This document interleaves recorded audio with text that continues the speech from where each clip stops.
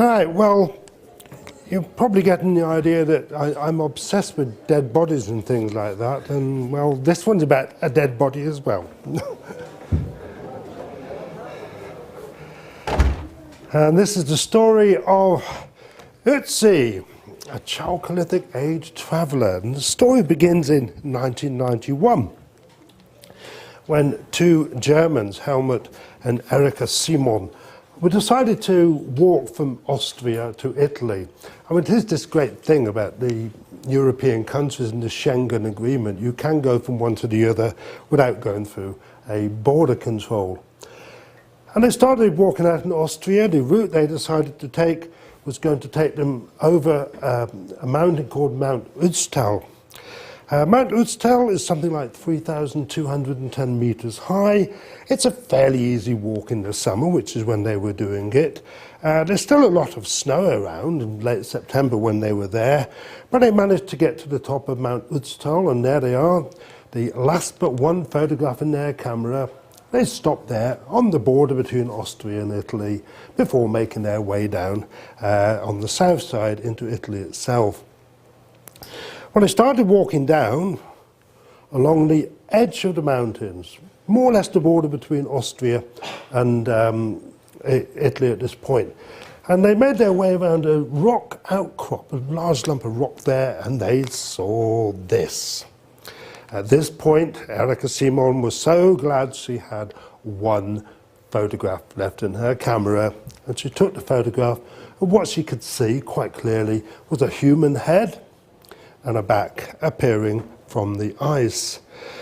Well, they knew that it was quite possible they might actually find a body there. The thing was, there was an Italian teacher, Carlo Capsoni, had died while crossing between Austria and Italy in 1941. His body had never been found. In other parts of the same region, the bodies of other people who had been lost years ago have been found, perfectly preserved in the ice.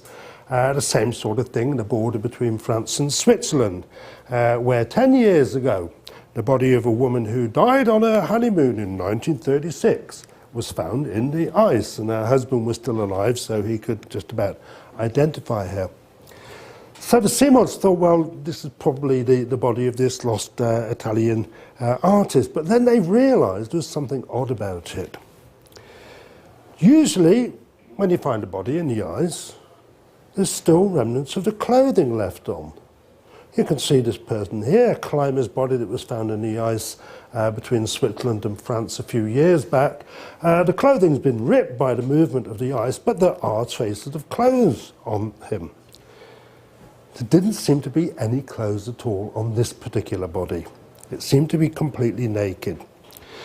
But anyway, being good Germans, they continued on their walk. They made their way into Italy. They reported the find of the body at the first police station.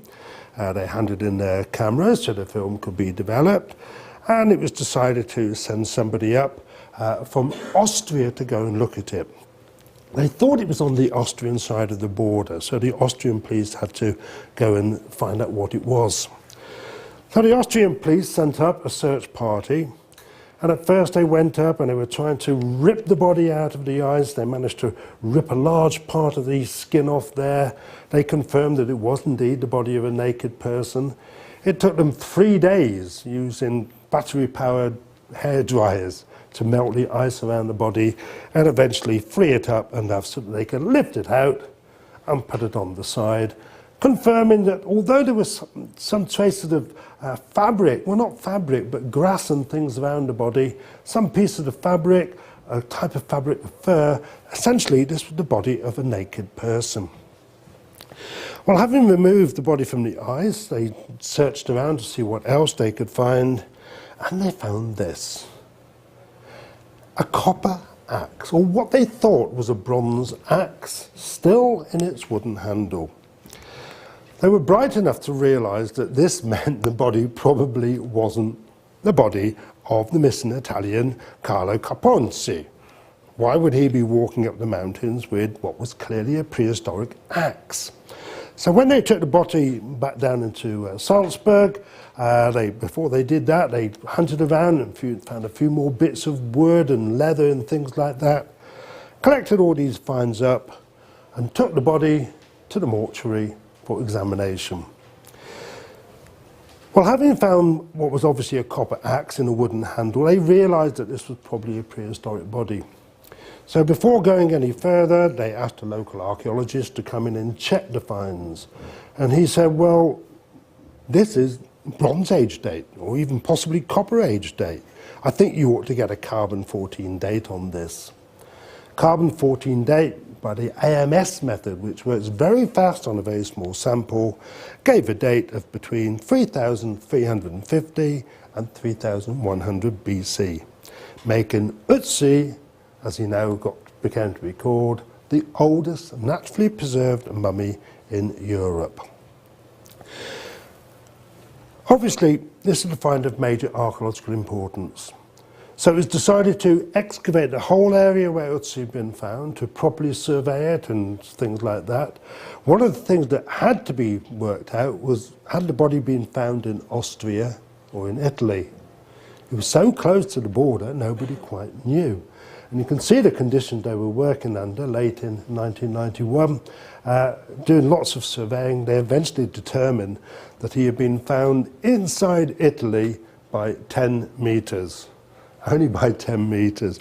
But as the body was already being looked at on the Austrian side, it was agreed to allow the Austrian authorities to continue with their examination of it. Well, Ötzi now became the subject of a full forensic analysis to determine how he had died, how old he was when he died, his weight, what he'd eaten. He was obviously male, there's no doubt about that. All sorts of other things about him. For example, why was his arm crossed across his body like that in such a strange position? Well, that was one of the first things that they actually worked out. They realised that however he had died, and at first they were thinking he'd probably been crossing over the mountains in midwinter, got caught in a snowstorm and died of exposure, had then fallen over like that, with one arm underneath and the other arm on the side. But then the ice movement had pushed the other arm round, so giving you his body round, so giving you this very strange appearance there. The forensic analysis included a CAT scan, an X-ray of the whole body, as much as they could do. They discovered that one of the eyes was still preserved, and it was a blue eye. There were still remnants of the hair. They noticed a very interesting feature about him. His lip has been distorted by ice action, but he's got this enormous gap between his front teeth, which is a congenital thing. It's something you inherit from your parents. But it would have given him a rather sort of strange-looking smile in many ways. The analysis, the X-rays, allowed them to make a copy of his skull, and from that they could then build up an appearance of what he probably looked like. At first they gave this rather romantic view of him, sort of, looking beautiful, blue-eyed, walking over the mountain, gap in the teeth, evidence of his beard. But more recent analysis, bearing in mind his actual age, suggests he probably looked something more like this. And I always find this very funny. I used to work with an archaeologist called Lesgood, and Lesgood was Scottish. You know how you could tell he was Scottish? Scottish people are very careful with their money, right? They don't spend it. Well, their arms are very short, and their pockets start there, and they go all the way. That's why they can't spend money, Scottish people. See, they can't get it. But anyway, he does look very much like this archaeologist friend of mine, Lesgood. So, this is what we think he probably looked like now. The forensic analysis came up with all sorts of fascinating data. At the time of his death, Ötzi was probably about 45 years old. He was probably 165 metres tall. He probably weighed 50 kilo. Well, bearing in mind the date, 3,500 to 3,100 BC, 45 years old would be really quite significantly old. Very few people survived it much beyond the age of 40. 50 was the maximum lifespan for most people. So he was really getting on quite well in age in many ways. The cause of death could not be determined by the forensic analysis at first. It was thought that he had died from exposure when he was found, and that was the general belief until they started looking into his stomach. His stomach contents contained the remains of 2 separate meals. The state of digestion indicated that one of them had been eaten, the last one, 8 hours before he died. It was uncertain exactly when he'd eaten the previous one. It could have been the night before, something like that. The first meal contained ibex or goat meat. The second had deer meat. But his stomach contents had lots of root vegetables, mushrooms, indicating it's probably cooked in a stew of some kind. There was lots of charcoal in the stomach as well.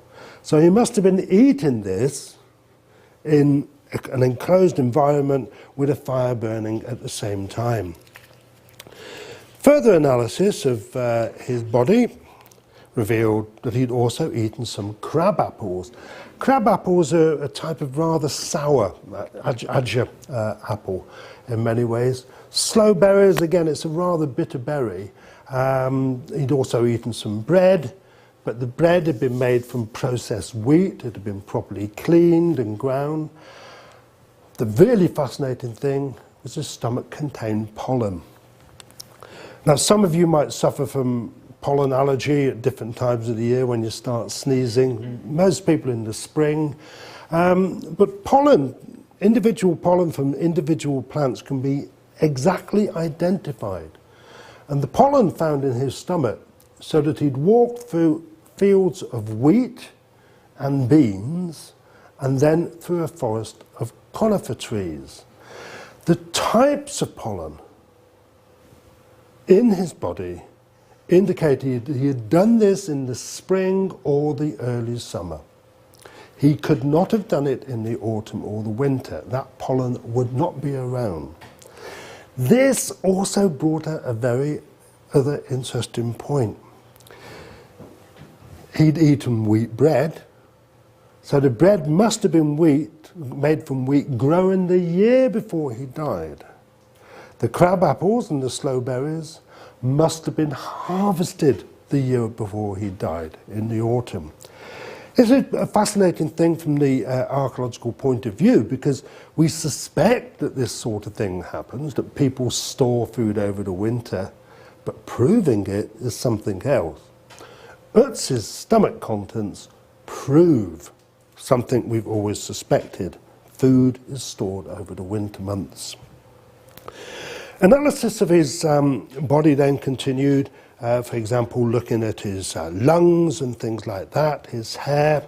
His hair was found to be full of arsenic. Not from arsenic poisoning, but arsenic, when you make bronze or copper tools, native copper, natural copper, often has arsenic in it. So he'd probably been living or working in a place where copper was, tools or weapons were being made. That's how the arsenic would have been ingested naturally into his body, and then it would have come through his hair. His lungs were also full of charcoal as well. So he spent a lot of time sitting inside a building, a tent or something like that, with smoky fires. His hands had very hard palms to them, showing that he lived a very hard life. His feet were very similar in that respect. Unfortunately, all his fingernails had gone. They'd been taken away by the ice, but one fingernail did survive. And that fingernail was very important in identifying an aspect of his lifestyle. The fingernail was marked with these. They're known as Bowes lines. Well, Bowes lines result from when people go through periods of stress or periods of illness. He had 3 different sets of Bowes lines on that surviving fingernail. This indicates that he'd suffered periods of stress or illness 8, 13 and 16 weeks before he died. Bowes lines can also indicate diabetes. It can indicate hardened arteries as well. Well, analysis of his hair indicated that it was actually shoulder length, brown hair, he was worn loose, it had lots of arsenic in it, as I said. When he smiled, he had that gap in his teeth, which he would have carried from birth, but his teeth were actually incredibly good. No root canal fixtures, no fillings, no cavities, lack of sugar and very sweet things in his diet, a starch-free diet, or he took very good care of his teeth. It would be nice to re-examine his teeth, actually, because we now know that even Neanderthal man cleaned his teeth with bits of wood. So it's possible that Ötzi did the same thing as well. There were also marks on his teeth, though, that indicated that he chewed on leather quite a lot of the time. The actual mark, it was a sort of a groove in his tooth. It's the type of groove you find in the tooth of somebody who smokes a pipe all the time. Well, obviously, Ötzi was not smoking a pipe all the time. But I've got no doubt that most of you here, at some point or the other, when you're faced with a particular problem, you put something in your teeth, like that, you see. I'm always putting my key ring in my teeth, because otherwise, when I'm putting the kids in the car, you know, they're taking my keys and the keys disappear. Why don't I put them in my pocket? No, I never think of that. But yeah, it's that type of mark in his teeth. His teeth also revealed something fascinating about his origins. There's a method archaeologists use, it's used in criminal forensics as well, known as oxygen isotope analysis. Water, H2O, contains heavy oxygen, oxygen 18, and light oxygen, oxygen 16. Water in warm climates has got more O18 than water in cold climates, which has got more O16. Now what this means is that when you start drinking water, from the moment you start drinking water, your first teeth are being formed, your teeth absorb these oxygen isotopes in the ratio in which they exist in the water. Your first teeth will show where you came from, the area where you grew up, from the water you were drinking. As you get older, if you move somewhere else, then your molars, your wisdom teeth, these will show where you're living at a later date. Sounds incredible, doesn't it? But in actual fact, oxygen isotope analysis of Ötzi's teeth indicated that he did come from one specific valley in North Italy. Only in that particular valley do you find the exact combination, the exact ratio of O16 to O18 in the water. 50 kilometers away, to the north of that particular village, you find a different type of water. His wisdom teeth, the ratio of oxygen 16 to 18 showed that he had grown up as an adult in that valley 50 kilometers to the north. You can actually locate him, specifically like that. Well, that's pretty fantastic, you might all be thinking. What about the DNA? What about the mitochondrial DNA? Remember, this is the DNA that passes through the female line. And his mitochondrial DNA came out with a little bit of a major surprise. He's over here, where you don't have to read all the details of this particular diagram, but you can see how it links in with DNA groups found in Spain and North America and things like that. His DNA is not especially common in modern European populations. It's represented to about 6% of modern Europeans have that. It's concentrated in the area around the Alps, Austria, Italy, Switzerland, France, which is where we know from the isotope analysis that he actually comes from. Well, knowing the village where he was born, knowing the village and the valley where he grew up from oxygen isotope analysis, obviously the next step was to test the villagers there, see if he had any relatives. This doesn't sound as incredible as you might think. In England, 20 years ago, they did a mitochondrial DNA test on a group of people living in the village of Cheddar.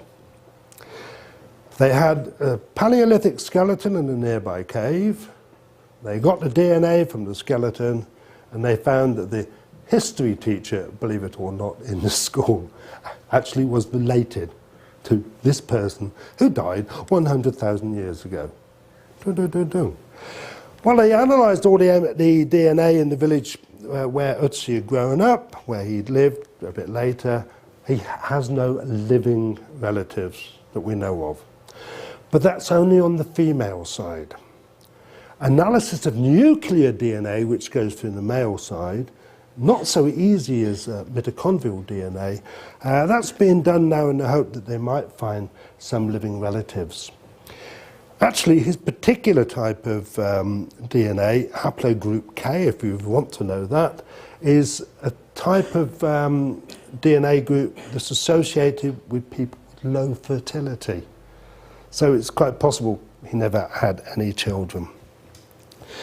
Well, looking at the rest of his body, of course, his feet, beautifully preserved here, very thick soles to his feet, shown that he'd actually really had spent a lot of his time walking, age 45 or so.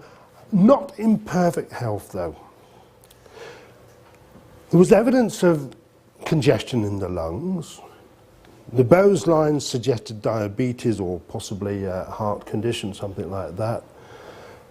But very close analysis of the body revealed a series of tattoo marks in places which, even in modern Chinese medicine, acupuncture, are used to relieve stress. You know, they put needles in you in specific points. A whole series of tattoos which match up with where X-rays indicate he had bone damage. He's got arthritis of the ankle, arthritis of the knee, probably strained a muscle in his calf. That part of his body, unfortunately, damaged when he was being recovered. But you can see the tattoos, some of them, they're all pretty simple. That's the cross tattoo behind his knee there. But there's all these, one group of tattoos on one side of his back and down his spine. This is an area where you get bone starts to get old, you do get arthritis there. So you have this series of tattoos going down like that, one over there. Somebody had sat him down and say, I know how to make you feel better, dee-dee-dee-dee-dee, like that. Very simple geometric tattoos, but fascinating nonetheless. This is where part of his body was lost during the recovery. And that's where they took the lung sample from him there. But you can see also you've got other tattoos over there, the ones we were just looking at on that side of his back and that place there. Tattoos on his right ankle, and what were originally thought to be tattoos going around his wrist, but it's now been shown that he must have been wearing what we call a wrist guard. A wrist guard is what an archer wears, made of leather, to protect your wrist from the string when firing a bow and arrow. You pull the string back like that, the string goes like that, it'll hit the wrist. So he must have been wearing a wrist guard to protect his wrist at that point. Obviously he's right-handed. Analysis of his clothes would prove even more remarkable in many ways. You can see that he dressed very carefully for his climb up the mountains. He starts off by wearing a kind of bum bag belt type thing there. He pulled on a pair of beautiful leggings. Then he put a loincloth over. This is his bum bag, if you like, which he was wearing around his waist. This holds everything else up. The leggings are tied to this, the loincloth goes over this. It had various objects in it, including some simple flint tools, one flint arrowhead like there. This is a reconstruction of basically what he had in the bum bag. He had a flint knife and a dagger to one side. Some rather fascinating objects. The dagger, as you see it here, The sheath made of grass, not made of leather as you might expect, with its wooden handle. You can see the point has been broken off, which is a rather significant factor here. The leggings, made of very fine deer skin, tied onto the bum bag belt. The loincloth went up and under like that. So it would have looked something like this, getting his underclothes on. You can see the loincloth, the leggings, the bum bag with the dagger there. And then he's got his overclothes on top of that. Starting off with his shoes down there. A beautiful overcoat made of two different types of fur, giving you a white and black lines like that, or two different types of animal skin, and then a grass cape over everything else. Well, the shoes survived, and they proved to be absolutely fantastically well made, made of leather to a certain extent, but packed with grass. Grass to keep his feet warm, in a sense. Leaves inside the shoes, again to help keep his feet warm. A kind of sock, if you actually like it. So this is what the shoe actually looked like. You've got string foundation to everything. The grass is wrapped around that, tied over with more string there, and leather over the top of that. So it gives you a very simple shoe, but a very effective shoe. What was fascinating about the shoe was everything indicates this was professionally made. Now, you would think that they would have professional shoemakers, but actual proof of this, well, not actual proof, but good evidence indicating this was the case, comes from Ötzi. So rather like the discovery of the fruits he'd eaten indicating storage. His shirt, not terribly well preserved, but you can see the lines of different coloured skin, animal skin there, and fur. But what was really fascinating about this was that, again, everything indicated this was professionally made. Beautiful stitching, very careful stitching. There's also evident, and there you see the high quality stitching there. He'd ripped it at some point, and that's a very rough temporary repair down on that side. But look at the quality of that stitching. Absolutely fascinating. And this was the cape he was wearing. That says it survives. It's made of different types of grass. It would have looked like this. You don't tend to think of grass as being a good insulating material. Well, you don't really think of newspapers as being good insulating material either, but newspapers are good insulating material. So he's using the materials he can get to make very good wind-resistant clothing. He had a bearskin cap tied on his head, and he would have looked something like this when he got ready to go off into the mountains. He was carrying a backpack, and in addition to his bum bag. The bum bag basically had what you can call a survival kit in it. There are these types of fungi which grow on beech trees, but it's a type of fungus that you can use as a medicine. Now, if you think of quinine, a medicine you use against malaria, it comes from a tree. Penicillin is a fungus, which is very effective in medical use. Well, it's the same sort of thing with these. He must have been carrying these as some kind of medicine with him.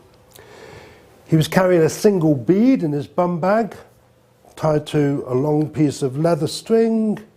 A good luck charm? We don't know. He had a collection of flint tools in his bum bag.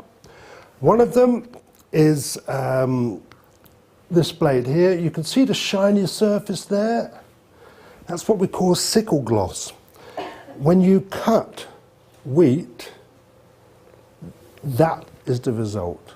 The silica in plant stems gives you that shiny appearance.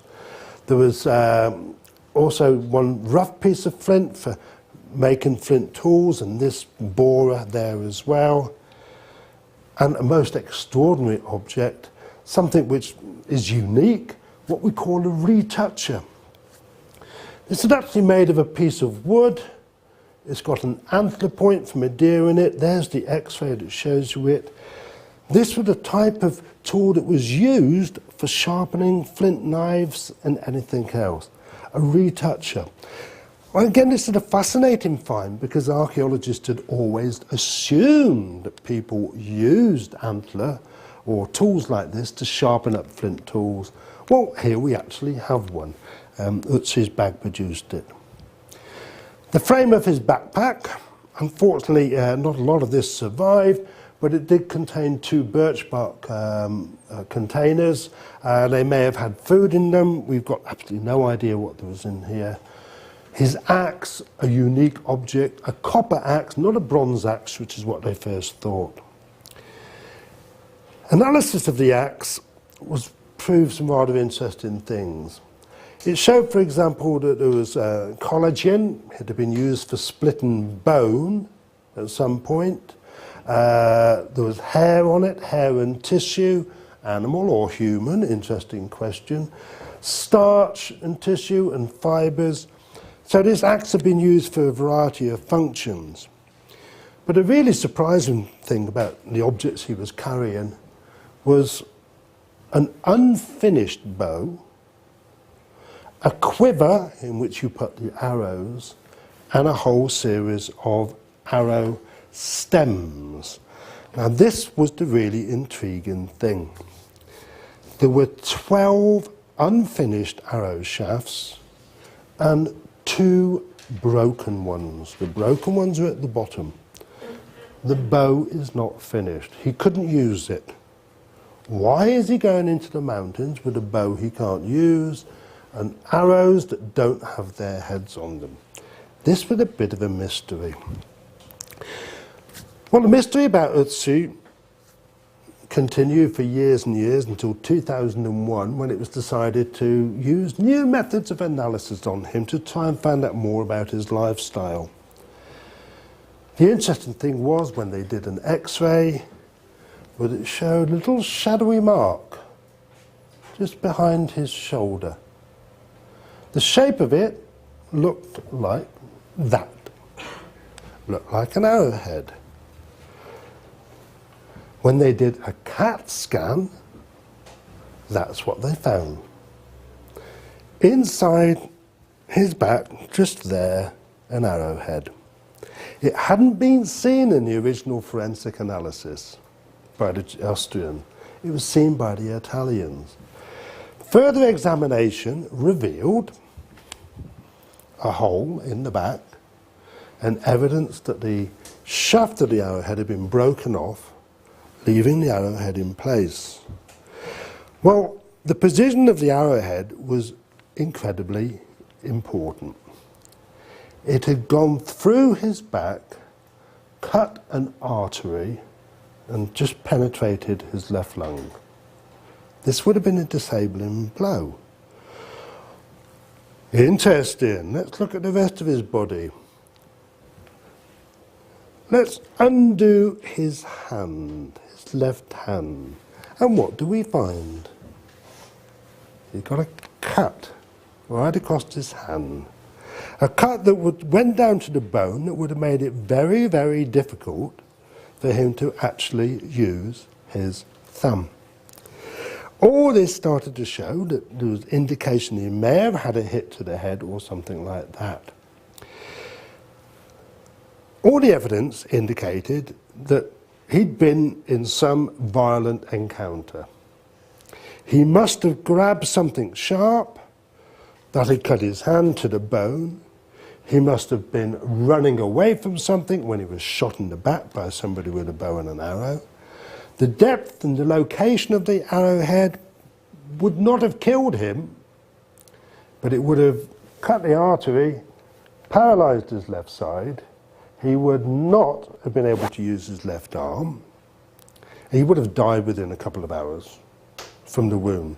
Absolutely no doubt about that. Even with modern medicine, it probably couldn't have been saved. Not when you're 3,000 meters up a mountain. I mean, they're not going to save you that quickly.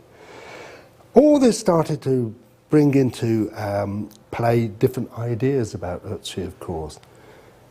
His bow was unfinished. Most of his arrows didn't have arrowheads on him. It was decided to do DNA analysis of his own blood and also examine all the objects found with him to see if there was any evidence on those. And the evidence was fascinating. This arrow here had been broken. It has the head on it. That arrow has the head on as well. This arrowhead has the blood from 2 different people on it. Ötzi had an arrow in his quiver which had been shot at 2 different people. We assume that he shot it. That's why it's in his quiver. That's why it got broken. When his flint knife was analysed, they found the blood of a 3rd person on it. And remember, the tip is missing. Ötzi's been in a fight. When they examined the front of his cape, they found the DNA from another person. It's not his DNA, blood, so this has not come from him being hit on the nose or something like that. Dung, dung, dung. He's either been carrying somebody or he's been in close fight with somebody else. It's brought us into a different perspective, of course, about what happened to Ötzi. Ötzi must have been making his way from what is now Italy up the hill to go to what is now Austria. He had a wonderful meal about 8 hours beforehand. He met up with some people, or he was part of a group of people that attacked another group of people. But he got involved in a hand-to-hand fight.